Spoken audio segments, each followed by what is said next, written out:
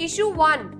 Whether the scheduled caste constitute a homogeneous or heterogeneous grouping. President को ये right होना चाहिए कि वो इंक्लूजन और एक्सक्लूजन कर सकता है कास्ट की in this list. As they too are part of the backward class of citizen under Article 16 Clause 4. My dear friend, she's forgetting one thing, that Article 15 and Article 16 is talking about the reservation or scheduled caste and scheduled tribe. आरक्षण का उद्देश्य केवल समानता नहीं है बल्कि अवसरों में भी समानता है. आरक्षण का मतलब है समाज के हर वर्ग को मुख्य धारा में लाना. जब तक समाज में समानता नहीं आ जाती तब तक आरक्षण की आवश्यकता है. समाज के हर वर्ग का विकास हो, इसी के चलते भारत सरकार के मंडल कमीशन ने रिजर्वेशन कोटा लेकर आया है.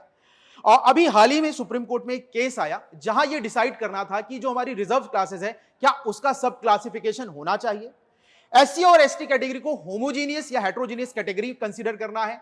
यह तय करने के लिए ये आज कोर्ट रखी गई है. तो आज जानते हैं कि हमारे पास क्या फैसला आता है. मैं प्रमोद यादव, आपका होस्ट, आपका दोस्त, आप सभी का स्वागत करता हूं इस मोट कोर्ट में.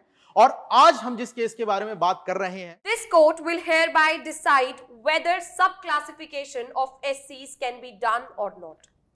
So we have Advocate Mansi Jain for the petitioner for state of Dhanjab and Advocate Ankita Singh for the respondent for Parminder Singh. Issue 1. Whether the scheduled caste constitute a homogeneous or heterogeneous grouping. Present your arguments, please. Thank you your lordship. यहाँ पर lordship petitioner की तरफ से मैं ये बताना चाहती हूँ, स्टेट ऑफ धंजाब का ये मानना है कि बिल्कुल डिवीजन पॉसिबल है. हमें एससी कैटेगरी को एक हेट्रोजीनियस कैटेगरी मानना चाहिए rather than dealing with it as a homogeneous category. यहाँ पर आर्टिकल 341 प्रेसिडेंट को ये पार देता है कि वो स्पेसिफाई कर सकते हैं ट्राइब, कास्ट या किसी भी रेस को with in one single category of a scheduled caste category. तो यहां पर अगर मैं थोड़ा सा इसको सिंप्लीफाई सेंस में बोलूं योर लॉर्डशिप, तो अगर एक कैटेगरी है, एससी की एक कैटेगरी है, सपोज उस कैटेगरी का नाम है ए, तो वहां पर सब डिवीजन पॉसिबल है A1, A2 या A3, जो भी लोग उस कास्ट को बिलोंग करते हैं. तो आर्टिकल 341 प्रेसिडेंट को ये राइट्स देता है. साथ ही अगर हम यहां पर डॉक्टर BR अंबेडकर जी को कोट करें तो कॉन्स्टिट्यूएंट असेंबली में उन्होंने ये बात कही थी कि किसी भी टाइप का पॉलिटिकल इंटरफेरेंस नहीं होना चाहिए और प्रेसिडेंट को ये राइट होना चाहिए कि वो इंक्लूजन और एक्सक्लूजन कर सकता है कास्ट की इन दिस लिस्ट. सो यहां पर आर्टिकल 341 प्रेसिडेंट को ये राइट देते हैं कि वो सब क्लासिफिकेशन कर सकते हैं. However, inclusion and exclusion of the new caste is not permissible as per Article 341. Advocate Ankita, present your arguments. Okay. So, my lordship, I think my dear friend has forgotten Article 341, and let me quote that thing for my dear friend. Article 341 of the Constitution of India 1950 gives the President the power to designate caste, race and tribe as a scheduled caste of the state and union territory.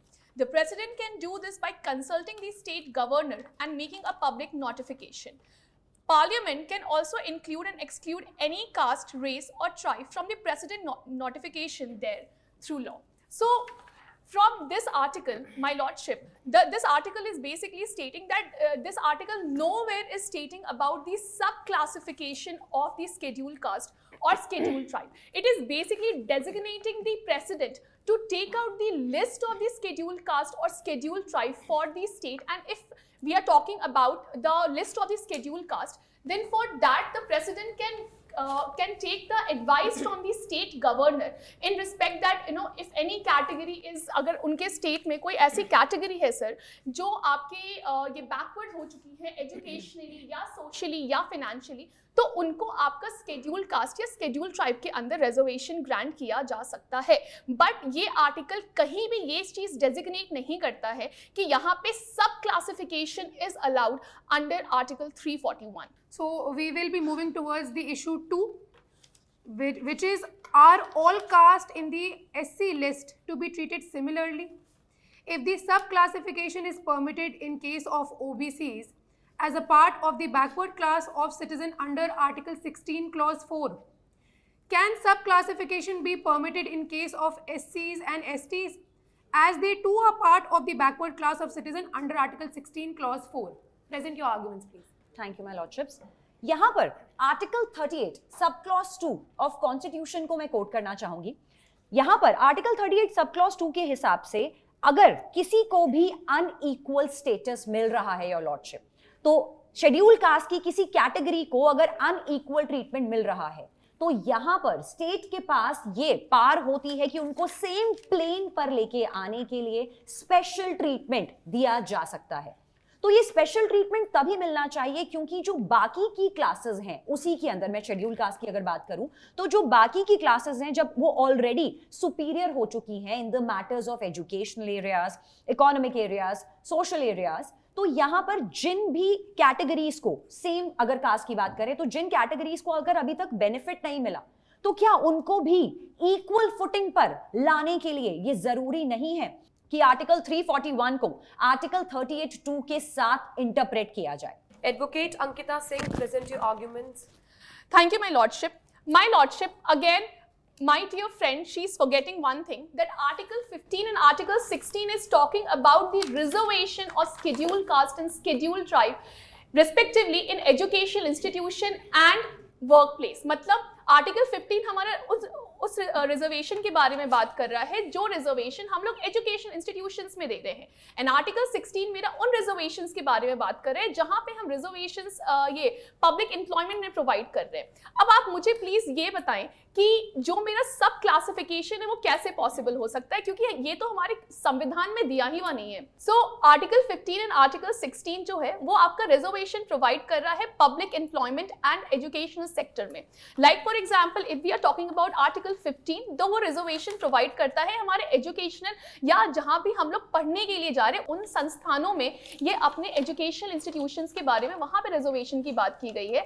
And when we talk about article 16, तो article 16 उन public employment के बारे में बात करें जहां पे हम ले सकते हैं, लेकिन इन दोनों आर्टिकल के अंदर कहीं भी ये मेंशन नहीं है कि एसटीज एंड एससीज का हमारा सब क्लासिफिकेशन किया जाएगा। So I don't know where this argument is even coming कि जो मेरा ये schedule caste and schedule tribe है वो मेरा हेट्रोजीनियस है rather than being a homogeneous, because संविधान में जितने भी हमारे प्रोविजंस हैं वो सारे सबकी तरफ इशारा कर रहे हैं कि जो मेरा स्केड्यूल कास्ट और स्केड्यूल ट्राइब है वो मेरा होमोजीनियस ये ग्रुप फॉर्म करता है rather than being a heterogeneous group. Now we will discuss issue 3. Can states tinker with or subclassify the presidential list? If yes, what is the yardstick for subclassification? Present your arguments. Thank you your lordship. Yardstick नहीं है lordship, actually constitution की ऐसी छड़ी है, magic wand है जो ये prove करती है कि डेफिनेटली स्टेट्स के पास ये पार है कि वो किसी भी डिसएडवांटेज ग्रुप के लिए स्पेशल प्रोविजंस बना सकती है। यहां पर इस चीज की अनुमति आर्टिकल 16(4) देता है जो कहता है स्टेट लॉज इनैक्ट कर सकती है रिजर्वेशन के लिए जॉब पोस्ट में किसी भी बैकवर्ड क्लासेस के लिए जिनको एडिक्वेटली रिप्रेजेंट नहीं किया गया।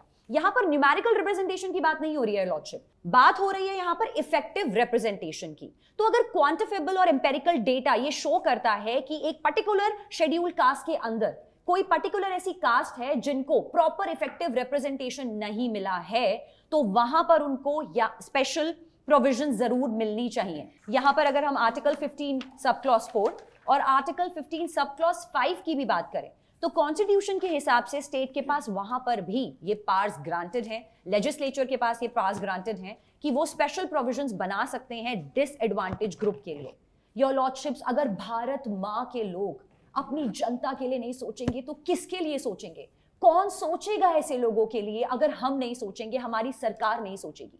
यहां पर स्टेट लेजिस्लेचर भी एंट्री 41 लिस्ट 2 के हिसाब से और एंट्री 25 लिस्ट 3 के हिसाब से 7th शेड्यूल में भी स्टेट को ये पावर्स ग्रांट करता है। Advocate Ankita Singh, present your argument. Thank you my lordship. My lordship, मेरे फ्रेंड ने तो काफी अच्छा आर्ग्यूमेंट दिया है कि अगर भारत माँ के लिए गवर्नमेंट नहीं सोचेगी, सरकार नहीं सोचेगी, हमारे देश की जनता के लिए अगर सरकार नहीं सोचेगी तो और कौन सोचेगा। बट माय लॉर्ड, मेरा इनसे एक क्वेश्चन है कि इनको E V Chinnaiah versus state of Andhra Pradesh क्यों नहीं याद आ रहा है, जहां पे साफ साफ ये बोला गया है कि एसटीज एंड एससीज में कोई भी सब क्लासिफिकेशन नहीं हो सकता है, and as per article 341 of the Indian constitution ये साफ साफ मेंशन किया गया कि बस प्रेसिडेंट के पास राइट है, तो ये राइट ये स्टेट को क्यों देना चाह रहे हैं? Now we will be moving towards issue 4. Can creamy layer principle apply to SC/ST's reservation? Kindly present your argument. Thank you your lordship. Creamy layer की बात करें तो यहां पर इंदिरा साहनी को मैं कोट करना चाहूंगी, फेमस लैंडमार्क केस है जहां पर अदर बैकवर्ड क्लासेस में भी क्रीमी लेयर का मेंशन था। क्रीमी लेयर क्या होती है लॉर्डशिप? एक बेसिक एग्जांपल दूंगी। एक रिसेंट ही न्यूज थी, अगर हम बात करें, यहां पर एक आईएएस ऑफिसर थी, तो उसके पेरेंट्स भी आईएएस ऑफिसर थे। तो यहां पर जब उसने आईएएस का एग्जाम दिया तो वहां पर उसको कोटा बेनिफिट मिल गए और उसको आईएएस की पोस्ट मिल गई। फिर उसके बाद कुछ सालों बाद उसकी सिस्टर ने एग्जाम दिया और वो भी आईएएस क्लियर कर गई, क्योंकि वहां पर उसको भी पोस्ट का फायदा हुआ, कोटा का फायदा हुआ। तो ये जो क्रीमी लेयर है माय लॉर्डशिप, ये नीचे की लेयर को, नीचे के दूध को उबलने ही नहीं दे रही है, नीचे के लोगों को ऊपर आने ही नहीं दे रही है। तो इस क्रीमी लेयर को यहां एससी एसटी में भी इनकलकेट करना बहुत जरूरी है, जिस तरह से इंदिरा साहनी जजमेंट में इसको ओबीसी कैटेगरी में इनकलकेट किया गया है योर लॉर्डशिप। आर्टिकल 14 भी ये बात करता है equality before law. Equality before law ये कहता है कि इंटेलिजिबल डिफरेंशिया होना चाहिए, equals must be treated equally.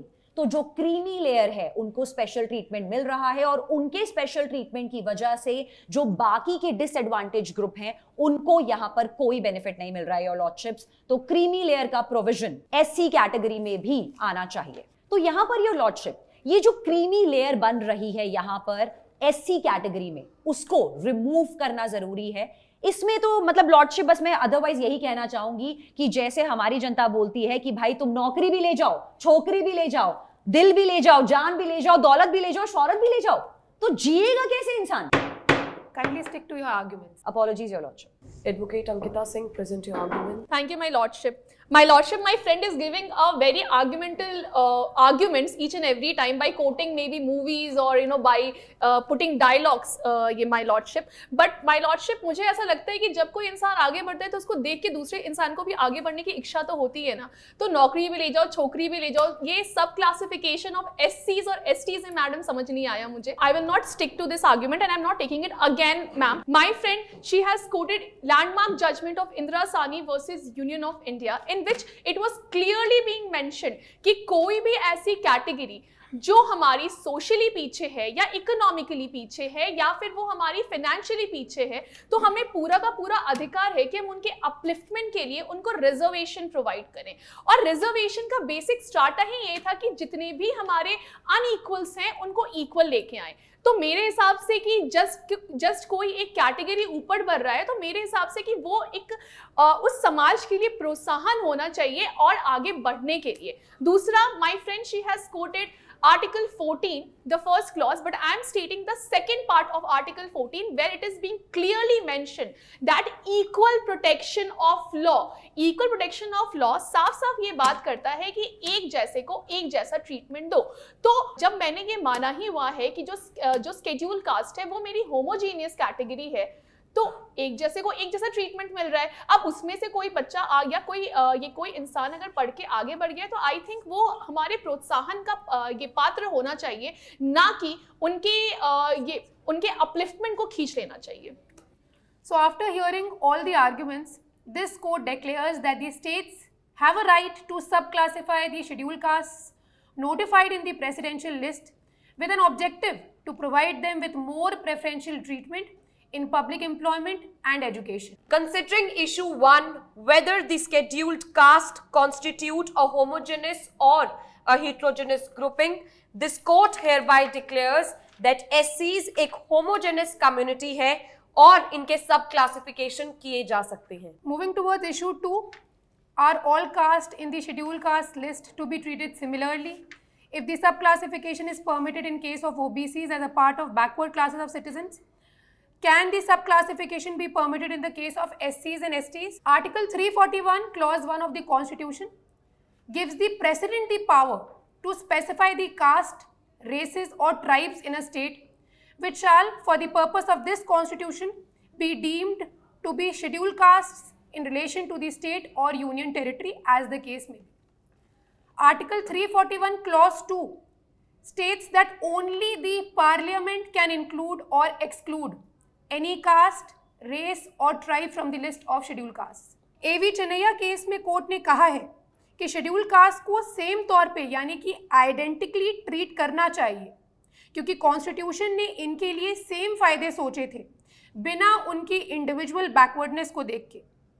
ये कोर्ट एवी चेन्नैया के केस में दिए गए इस प्रेमाइस को रिजेक्ट करती है, क्योंकि प्रेसिडेंशियल लिस्ट में शामिल होना सीधे तौर पर एक यूनिफॉर्म और इंटरनली होमोजेनस क्लास का सेटअप नहीं करता है, जो आगे तौर पर क्लासिफाई नहीं किया जा सकता। Moving ahead to issue 3, can states tinker or subclassify the presidential list?